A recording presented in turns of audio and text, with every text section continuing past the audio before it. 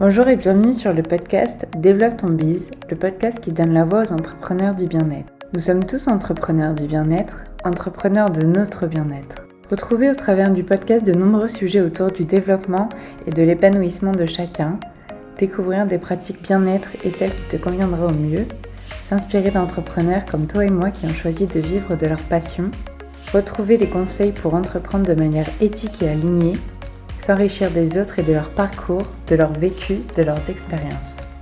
Bonjour à tous, j'espère que vous allez bien. On se retrouve aujourd'hui dans un nouvel épisode de podcast. C'est une rediffusion d'une vidéo que j'ai faite sur Instagram, un live sur comment se libérer du regard des autres. Donc j'espère que cette discussion seule pour vous éveiller sur cette notion vous intéressera, vous inspirera et vous fera peut-être changer votre état d'esprit par rapport à cette notion. Je vous laisse tout de suite avec la discussion. Bonjour à tous, j'espère que vous allez bien. Je vous refais cette vidéo suite à mon live d'hier soir sur comment se libérer du regard des autres. J'ai eu un petit souci de vidéo, donc voilà, ça me tenait à cœur de vous repartager tout ce qu'on a pu voir, voilà, que vous puissiez le retrouver en replay. Donc la notion d'hier, c'était se libérer du regard de l'autre. Et donc déjà, prendre conscience en fait de qu'est-ce que ça signifie le regard de l'autre, être sensible au regard de l'autre, c'est vraiment être touché, donc si vous êtes touché par rapport à ce que peuvent penser les autres, si vous pouvez agir ou parfois même ne pas agir parce que vous avez peur de ne pas être aimé, de ne pas être accepté, d'être jugé, critiqué par les autres, et ben vous êtes au bon endroit, c'est vraiment cet échange qui est fait pour ça.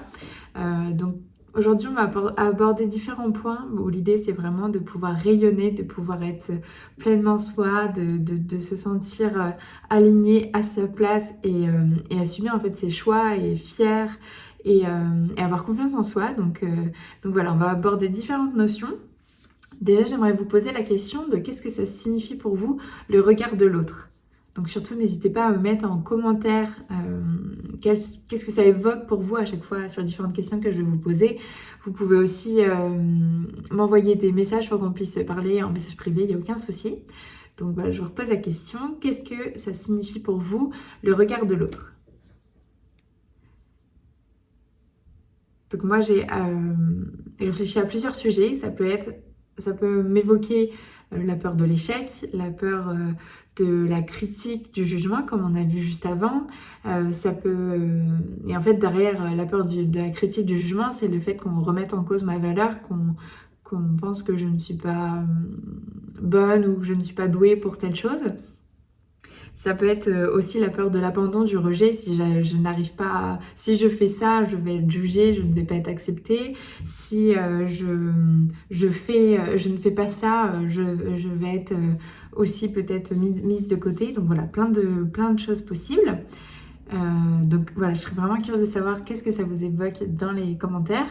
Donc ensuite, je me suis dit, ok, là j'ai identifié différentes valeurs, mais au final c'est que des choses plus ou moins négatives, alors que ça peut être aussi, vous pouvez, je pense par exemple à vous, si vous voyez quelqu'un que vous aimez très fort, vous pouvez être fier de cette personne, vous pouvez ressentir beaucoup d'amour, vous pouvez être inspiré par ce qu'elle évoque pour vous. Donc voilà, le regard de l'autre déjà, c'est pas forcément quelque chose de négatif, donc c'est important, voilà, de situer cette première chose-là.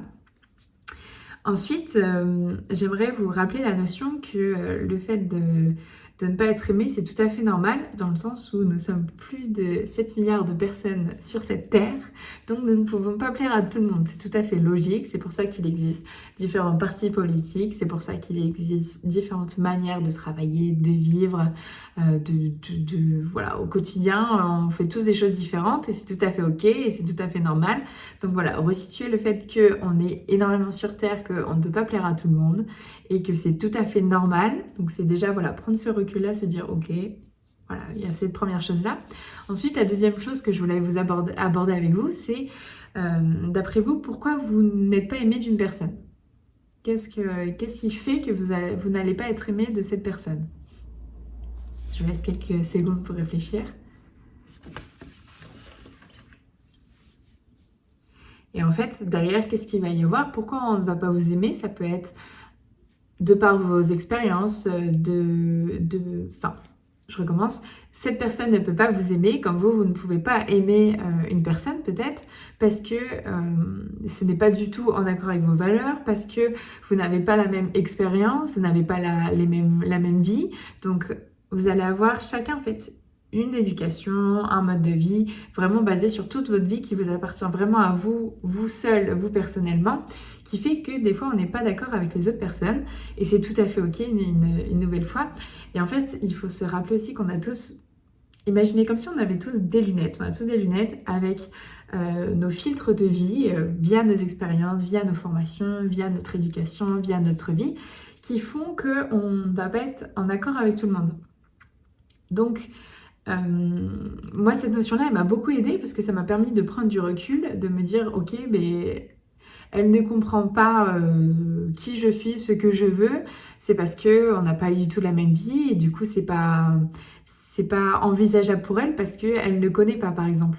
Ou ce n'est pas envisageable pour elle parce que c'est contre ses valeurs. Et encore une fois, c'est ok, on a chacun nos valeurs qui sont propres à nous, donc voilà, c'est totalement ok. Donc voilà, c'est important de prendre aussi ce recul-là par rapport au fait qu'on a tous des lunettes, entre guillemets. Ensuite, j'aimerais vous demander si quand vous avez peur du regard de l'autre, est-ce que vous êtes sûr déjà que cette personne va vous critiquer, ne va pas vous aimer, va vous juger? En général, on peut donc soit répondre oui, parce que on considère que comme c'est pas du tout ok pour elle via son système de valeurs, sa vie, et que du coup elle ne va pas aimer. Mais en fait, j'aimerais vous mettre un petit warning dans le sens où là, vous êtes en train d'interpréter la réaction de l'autre. Vous ne pouvez pas être sûr de comment cette personne va réagir. Je pense que ça vous est certainement déjà arrivé dans la vie que quelqu'un ne vous prenne pas en considération ou pense à votre place en vous disant ah oui mais je pensais que t'allais pas vouloir venir, que t'allais pas vouloir aimer cette chose-là, enfin bref, peu importe la situation. Ça nous est déjà arrivé que quelqu'un interprète en fait comment on allait réagir à l'avance et je suis pas sûre que vous soyez toujours ok de ce côté-là, donc voilà, recontextualiser la chose. Vous n'êtes pas ok que ça vous arrive, donc ne le faites pas pour les autres et ça sert à rien d'interpréter les réactions des autres. Donc ça c'est la première chose. Et aussi, pour aller un petit peu plus sur ce côté interprétation, projeter à l'avance ce que l'autre va penser, je pense que ça nous est tous aussi déjà arrivé, qu'une fois on a pu juger une personne sur sa première impression parce qu'elle avait tel type de comportement, que pour nous c'est pas ok d'être comme ça, enfin voilà, peu importe la situation. En général, ça nous est tous arrivé un jour dans notre vie et au final, la première réaction et la suite n'est pas forcément toujours la même. Donc voilà, vraiment, ça sert à rien d'interpréter en fait le regard, à l'avance comment la personne va réagir, comment elle va nous regarder, tout ça, parce qu'on ne peut pas savoir. Ça appartient vraiment à l'autre, donc ça ne sert à rien de vouloir projeter à l'avance ce qu'elle va penser. Et mon quatrième point, c'est pourquoi vous avez peur du regard de l'autre. Donc comme on a déjà pu voir avant, je vous laisse quelques instants pour réfléchir.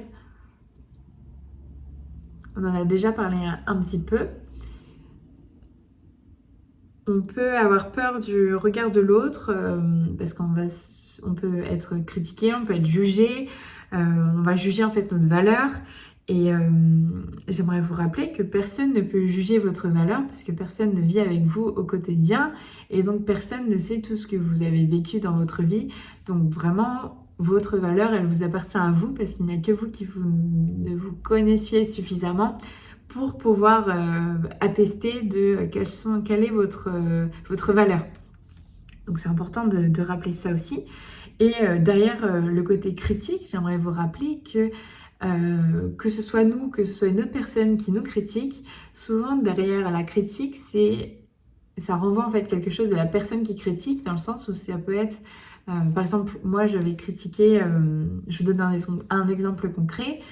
Par exemple, avant, j'avais beaucoup de mal avec les personnes qui se mettaient beaucoup en avant, qui allaient beaucoup parler pendant un repas, ou enfin, peu importe la situation, qui allaient beaucoup prendre de la place et qui allaient beaucoup se mettre en avant.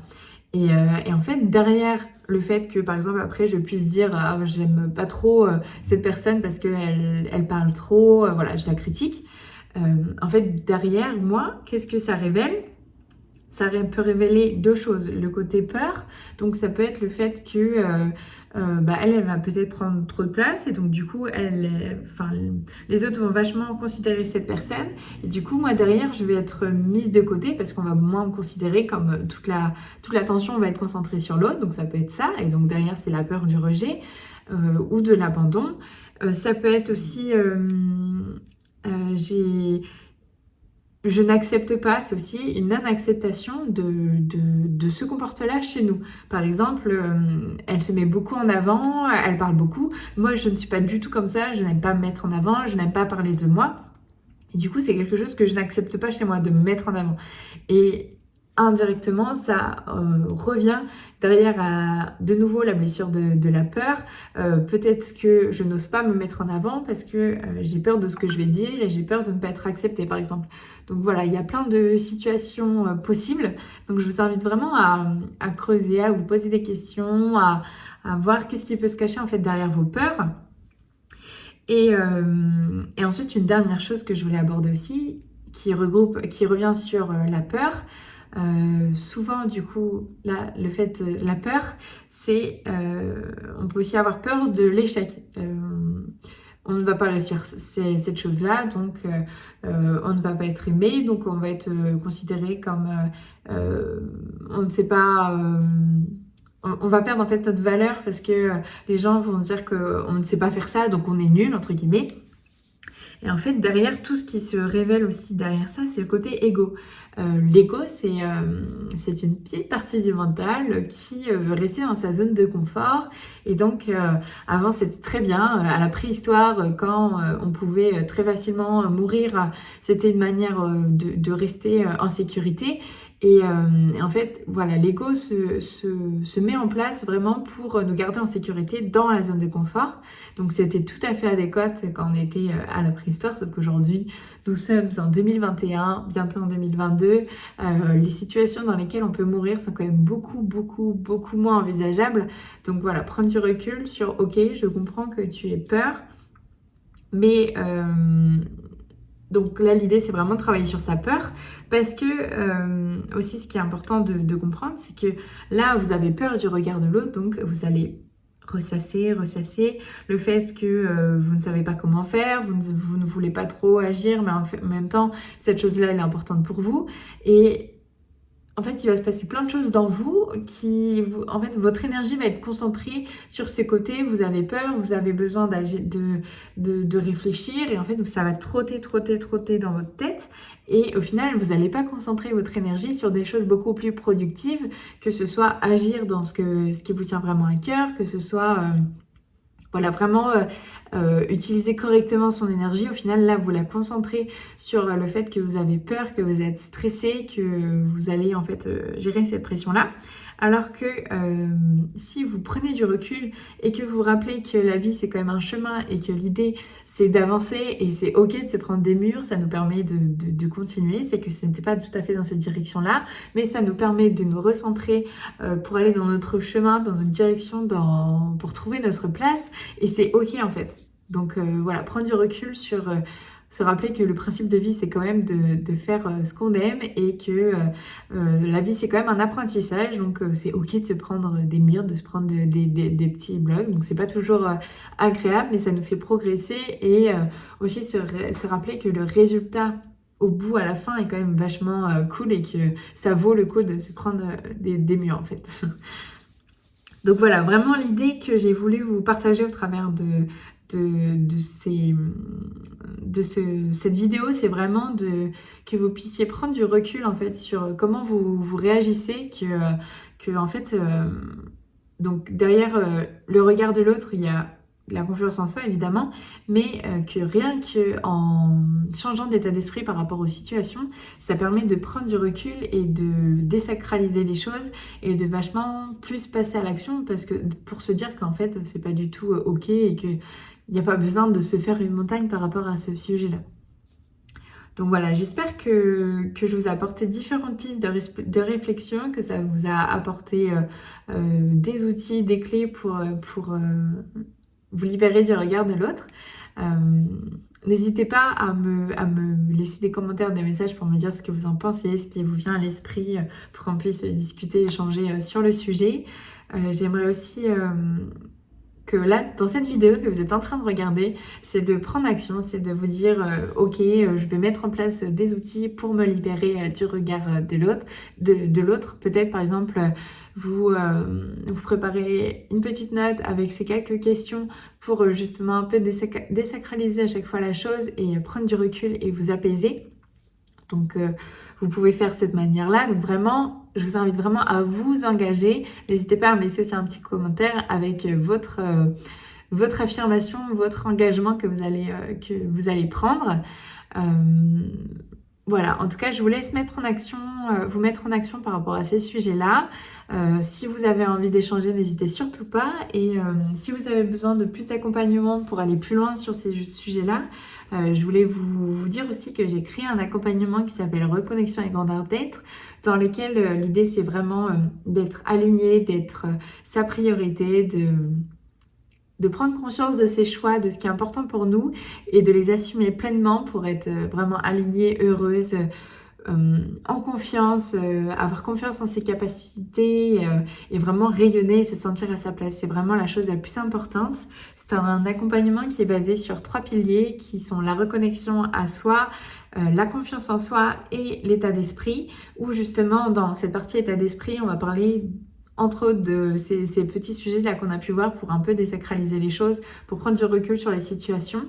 Donc voilà, si ça vous intéresse, n'hésitez pas non plus à m'envoyer un message pour qu'on puisse discuter du sujet.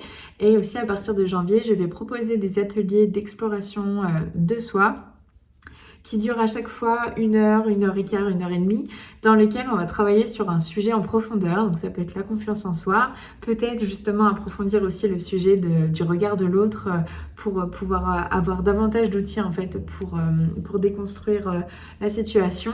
Donc voilà, si ça vous intéresse, ce sera avec grand plaisir. J'ai un lien aussi dans ma bio. Le premier lien qui est une page sur laquelle vous pouvez me renseigner votre email pour être informé sur les prochains ateliers. Et puis voilà, je vous souhaite une très belle journée. J'espère que ces petits outils vous auront aidé. Voilà, comme je vous ai dit, n'hésitez pas à m'envoyer des messages pour qu'on puisse échanger aussi par message privé. Et je vous souhaite une très belle journée. Salut!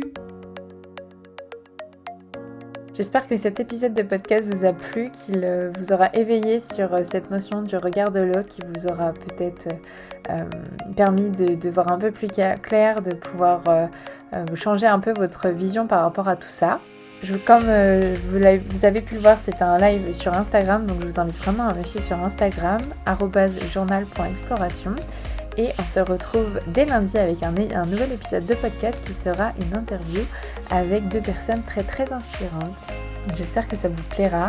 En attendant, n'hésitez comme d'habitude pas à partager le podcast sur Instagram, à me taguer, à le noter des 5 étoiles sur Apple Podcast pour contribuer à son développement.